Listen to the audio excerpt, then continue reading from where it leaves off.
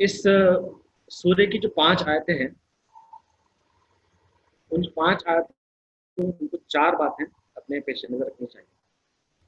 ایک یہ کہ اقرا کیا ہے اور اس کا امپلیکیشن کس طرح کا ہو سکتا ہے اور اس کو کس طرح سے اپلائی کر سکتے ہیں۔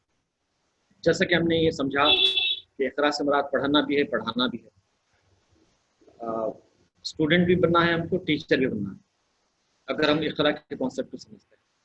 تو یہ کیسے کیا جا سکتا ہے، کیا ہمارا اپنا طریقہ ہوگا، ہمارے اپنے انٹلیکچوئل اور اکیڈمک ڈیولپمنٹ کے لیے ہم کیا کرنا ہے، اور ہمارے اپنے طلباء کو آگے بڑھانے کے لیے ہمیں کیا کرنا ہے۔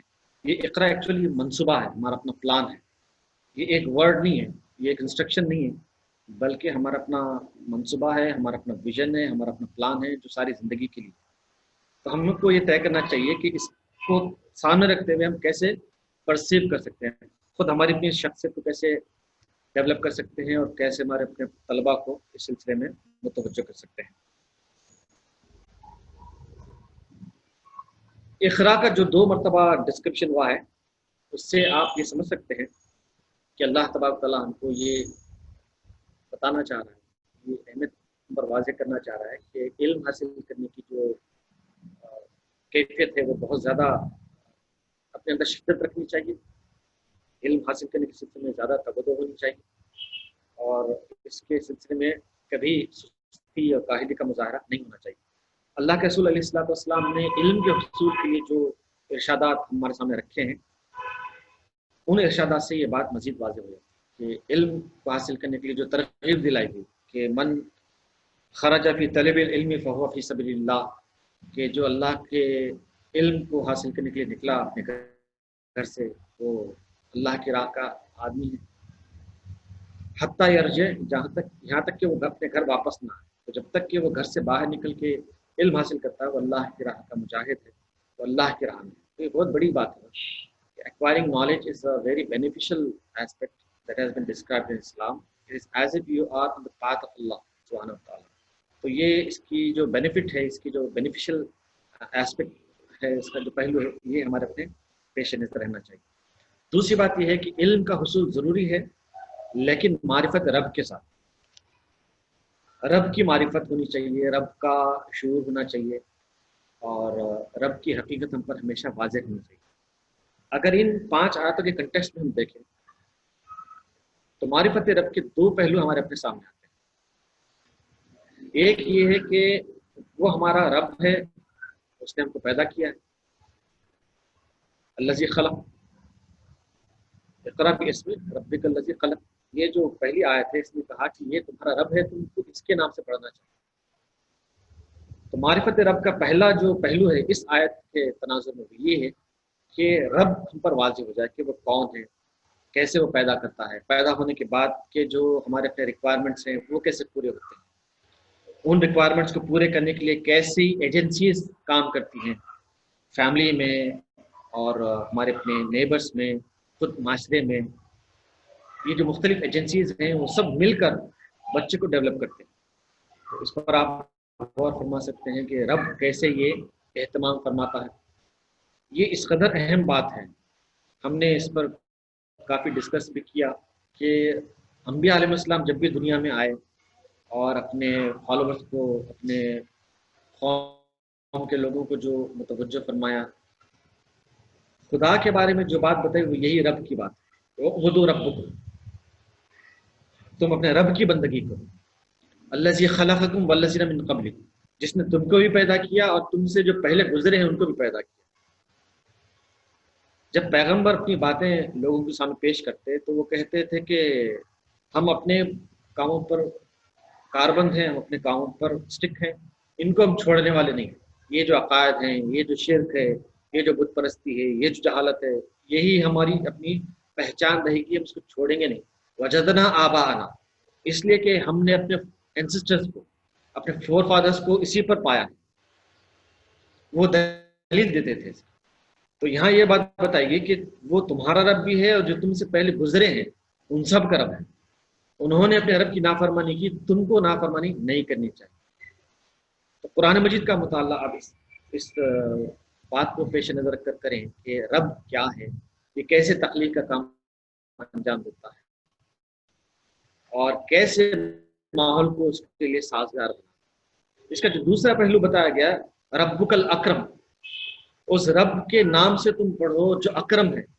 جیسا کہ ہماری ایک بہن نے بتایا کہ یہ ایک سپرلیٹو فارم آف یعنی ایکسپریشن کہ اللہ تعالیٰ کریم ہے، کرم کرنے والا ہے، لیکن اس کی کرم کرنے کی جو ادا ہے، اس میں جو شدت ہے، اس کی جو انٹینسٹی ہے، اس کا جو ہائیسٹ میگنیٹیوڈ ہے، وہ الاکرم کے ذریعے سے ظاہر ہے۔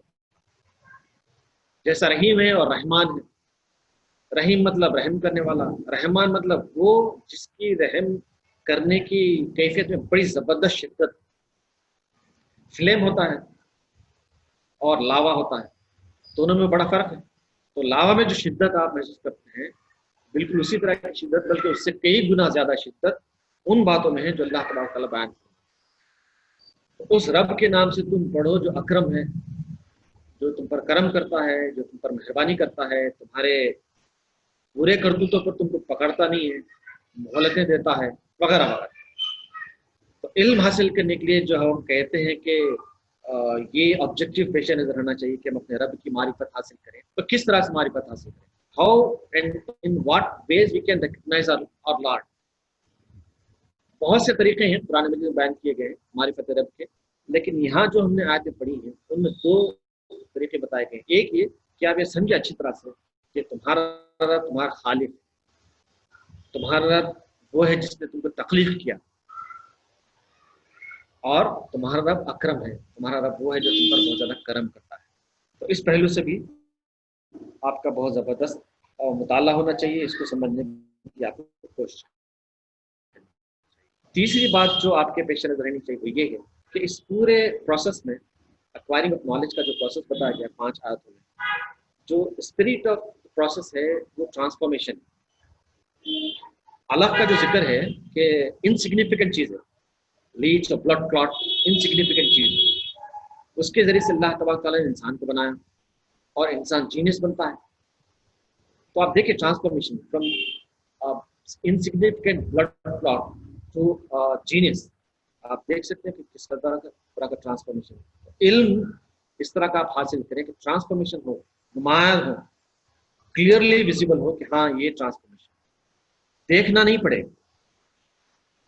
جو چینج ہم سمجھتے ہیں علم کے ذریعے سے آنے والا وہ ہے جو ویزیبل ہوتا ہے، کوشش کر کے دیکھنا نہیں پڑتا۔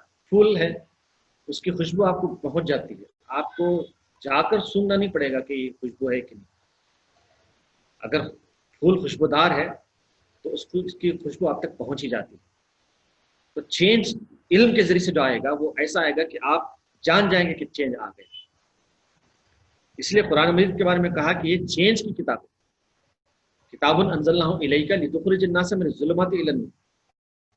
یہ کتاب نازل کی گئی تاکہ آپ لوگوں کو اندھیروں سے نکال کر روشنی ملے۔ ٹرانسفارمیشن، کمپلیٹ چینج، کہ اندھیروں سے اجالے کی طرف کا یہ سفر ہے، قرآن مجید کا سفر ہے، علم کے حصول کا سفر ہے۔ تو آپ یہ دیکھیں کہ جو علم آپ کو حاصل ہو رہا ہے اس سے آپ کی شخصیت میں کیا تبدیلی آ رہی ہے۔ پہلے ہم اپنی ذات کو دیکھیں، بعد میں طلبہ کی باری آئے گی۔ پہلے ہماری اپنی ذات ہے، پھر بعد میں ہمارے اپنے اساتذہ کی بات ہوگی، ساتھی اساتذہ کو ہم ڈیولپ کرنے کی کوشش کریں گے، پھر بعد میں ہمارے اپنے طلبہ اپنے پیش نظر رہیں گے۔ پہلے ہم اپنی ذات کو دیکھیں اور یہ محسوس کرنے کی کوشش کریں کہ کیا ہم علم حاصل کر رہے ہیں اور کس طرح کا چینج ہمارے اپنے میں آ رہا ہے۔ اگر چینج نہیں آتا ہے تو مطلب یہ کہ ہمارے علم حاصل کرنے کا جو پروسیس ہے وہ بالکل ہی کمزور ہے، ویک ہے، کہ جس کی وجہ سے وہ چینج آ نہیں پاتا۔ اگر ہم 10th فلور پر ہیں اور ایک چھوٹی سی موٹر سے پانی اوپر چڑھانا چاہیں تو پانی اوپر نہیں چڑھے گا۔ تو جتنی اوپر آپ ہیں اتنی پاورفل نیچے بیس ہونی چاہیے۔ تو اگر آپ کی شخصیت بلند ہونی چاہیے، طریقے پیش نظر ہے، تو آپ کا جو بیس ہے علم کا وہ بہت زیادہ مضبوط ہونا چاہیے۔ اگر علم کا بیس مضبوط نہیں ہے تو ظاہر بات ہے شخصیت نہیں اٹھ سکتی۔ تو یہ معیار ہے ہمارے اپنی ترقی کا، عروج کا، ڈیولپمنٹ کا، کہ آن دا بیسس آف نالج ترقی ہونی چاہیے۔ تو نکال کر ترقی جو ہوگی وہ بالکل ہی بے بنیاد ترقی ہے، وہ ایک کیا کہتے ہیں کہ ایک دھوکہ ہے، جو شروع میں تو صحیح لگتا ہے بعد میں معلوم ہو جاتا ہے کہ دھوکہ تھا۔ تو ٹرانسفارمیشن کے سلسلے میں آپ توجہ فرمائیں کہ جو جو علم آپ حاصل کریں، جس طرح کا آپ علم حاصل کریں، اس کے ذریعے سے آپ کی شخصیت میں کیا تبدیلی آ رہی ہے، اور پھر یہ دیکھیں آپ جو نالج امپارٹ کرتے ہیں اپنے طلباء کو، ان کی زندگی میں کیسی تبدیلی آ رہی ہے۔ اور جن طلباء کو ہم پڑھاتے ہیں 1st سے 10th اسٹینڈرڈ کو بھی اگر آپ لیتے ہیں تو یہ وہ پیریڈ ہے کہ جس میں ہم ریپڈ چینجز دیکھ سکتے ہیں، امیڈیٹ چینجز دیکھ سکتے ہیں۔ بڑے ہیں تو بات الگ ہوتی ہے کہ دھیرے دھیرے چینجز آئیں گے، لیکن جو ینگز ہیں، ینگسٹرس ہیں، جو ٹین ایجرس ہیں، ان کے اندر بہت زبردست تبدیلی آ جاتی ہے اور جلدی تبدیلی آتی ہے۔ تو آپ کے لیے بہت زبردست موقع ہے یہ، اللہ تعالیٰ نے آپ کو عنایت فرمایا ہے کہ آپ اپنی آنکھوں سے تبدیلی دیکھ سکتے ہیں۔ اگر آپ کسی طالب علم کو ڈسپلن بنانا چاہیں تو بنا سکتے ہیں، دیکھ سکتے ہیں کہ بنائے کہ نہیں بنائے۔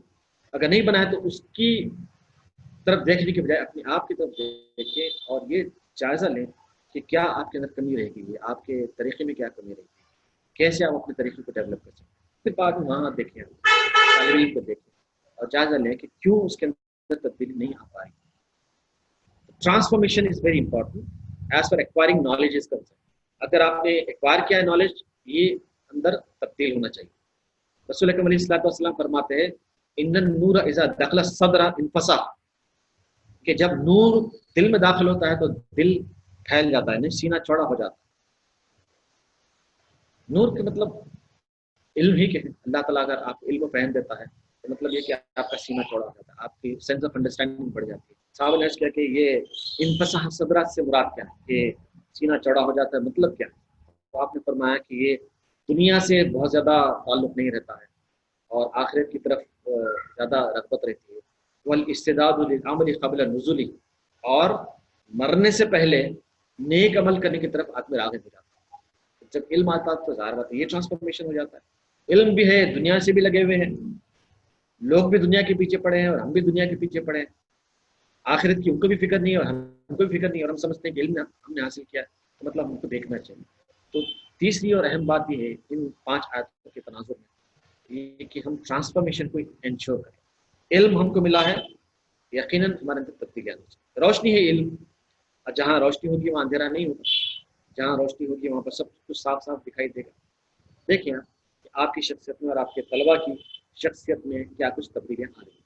اور آخری بات یہ ہے کہ اقرا کا جو ڈبل ڈسکرپشن ہے، ریپیٹیشن ہے، اسٹرینتھن کرنے کے لیے کہ کانسیپٹ آف نالج کیا ہے، اس سے ہم اس کو اس طرح سے آرٹیکولیٹ کر سکتے ہیں کہ ہم کو علم دوسروں تک پہنچانا چاہیے۔ علم کو اپنی حد تک محدود نہیں رکھنا چاہیے بلکہ پہنچا دینا چاہیے۔ جیسا کہ ہم نے وہ آخری بات گفتگو کی تھی ہمارے اپنے کورس کے سلسلے میں کہ ایک ٹیچر کا سوسائٹل ایسپیکٹ بھی ہے، اس کا سوشل پہلو بھی ہے، سماجی پہلو بھی ہے۔ تو اقرا کا جو ڈبل ڈسکرپشن ہے اس کا ایک معنی یہ بھی بتایا گیا ہے کہ اس کو پھیلانا چاہیے، پڑھنا بھی ہے پڑھانا بھی ہے۔ کس کو پڑھائیں گے آپ؟ طلباء کو پڑھائیں گے۔ ظاہر بات ہے آپ ہمیشہ تو اسکول میں نہیں رہتے، ہمیشہ آپ بحیثیت ٹیچر کے نہیں رہتے، آپ بحیثیت ایک ماں کے بھی ہیں، بحیثیت ایک بہن اور بیوی کے بھی ہیں، بحیثیت ایک معاشرے کے فرد کے بھی ہیں۔ تو پڑھانے کا جو عمل ہے وہ ہر جگہ کا ہونا چاہیے۔